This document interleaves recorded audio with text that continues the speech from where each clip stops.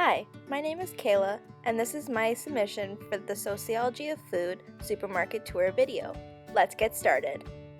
The grocery store that I chose to go to today is Highland Farms, which is located on 50 Matheson Boulevard East in Mississauga.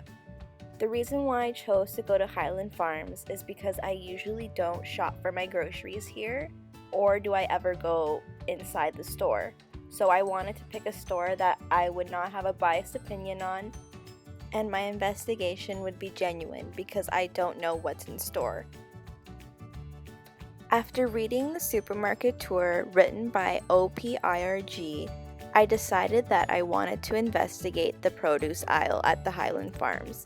And this is because I've heard that their produce is immaculate, and I wanted to see it for myself. So, I packed my bags and headed over there. So, what does Highland Farms think about their produce section? Well, let's check out their website and see what they have to say for themselves.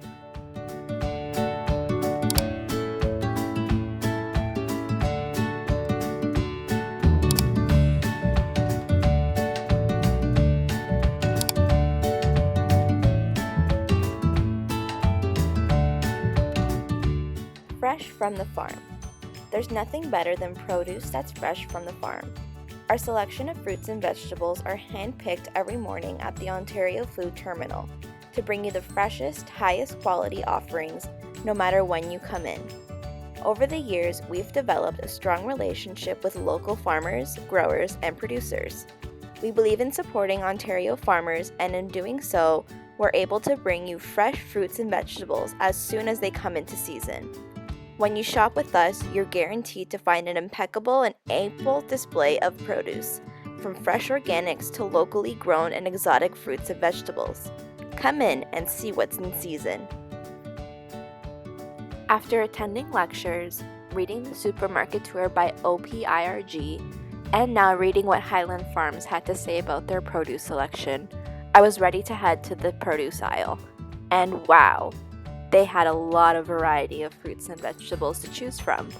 I was pleasantly surprised by how big their produce section actually was. The first order of business that I wanted to get a closer look on is the idea of food miles. And food miles are essentially a mile over which a food item is transported during the journey from producer to consumer, as a unit of measurement of the fuel used to transport it. And I wanted to show this using some pears that they had for sale. They had 5 types of pears that were for sale, and they were the following. Morel pears that were $3.99 a pound, and they traveled from Washington State, a total of 4,265 kilometers. Next are the Bartlett pears that are $1.99 a pound, and they traveled from South Africa, a total of 13,236 kilometers. Next are the Bosc pears. They are $1.99 a pound, and they traveled from California, 4,230 kilometers away. Then the Anjou pears. They're $2.49 a pound, and they came from Oregon, a total of 3,950 kilometers. Lastly, the Rocha pears, $1.99 a pound, that came from Portugal, a total of 5,776 kilometers. After compiling all the information on the pears, I decided to make a price versus distance chart to show the varying prices and distances traveled. So what I found is that South Africa here has one of the farthest distances, yet their prices are very low on the pear. But when you look at the US locations, like in Washington, California, and Oregon, they all roughly have the same distance traveled, yet their prices are so much higher than the others, which I found very interesting. Some other information that I found on the pears is that the total kilometers that they traveled is 31,457. While the average was 6,291.4 kilometers, which seems pretty high from other sources that I found that show that pears usually travel up to 3,000 kilometers. Another thing that I noticed walking around the produce section is that the organics were sort of spread out around the store, and they weren't really highlighted enough for me to realize that they were organic. So as you can see here, the first picture here is showing the normal apples that are not organic versus the one here, which is organic, which only has a small organic sign on it, which doesn't really differ from the other sign, which was very difficult to compare. Going along with this, I also noticed that their sales signs were sort of the same idea as the organic, meaning that they were very small and not highlighted enough for me to see, which makes it difficult to know whether there are lots of sales or not a lot of sales going on at the store.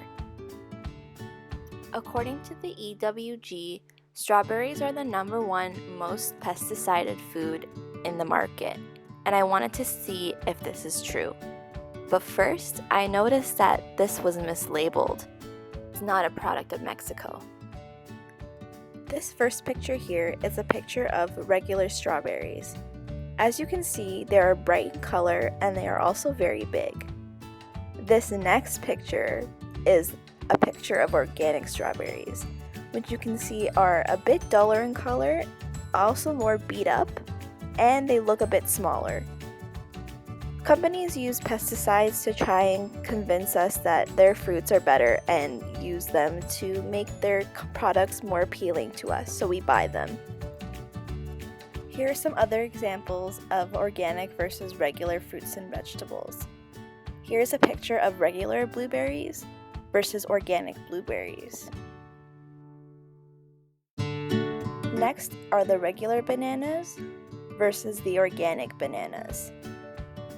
And lastly, here is some regular white mushrooms versus some organic white mushrooms. After seeing the major differences between regular and organic produce, it was hard for me to go back to buying regular produce because of this. Pesticides are the #1 thing that cause people to go organic. Most of the information presented in the supermarket tour written by OPIRG was really true to what I saw at the store. I noticed that a lot of pesticided food was at the front of the store and all the organics were hidden away, and I wondered why this was. Even though the public knows that pesticides are bad for foods, they still want to buy these products just because they're cheaper in price. One last thing that I wanted to check before I left was the clearance section. I went over to this small clearance section and I noticed a few things. First, I noticed that their products were moldy here when they claim that their products are the highest quality. And second, there wasn't that many things here. They were all replicated things that no one wanted to buy. My experience here going to Highland Farms really opened my eyes to how supermarkets really work. Yes, they had a lot of variety of fruits and vegetables, but do you really know what's going to be in those products when you buy them?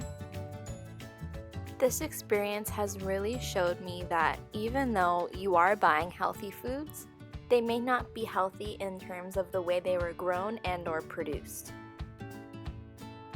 I hope one day that these supermarkets can change the ways that they are selling their foods and giving us quality products for a quality price.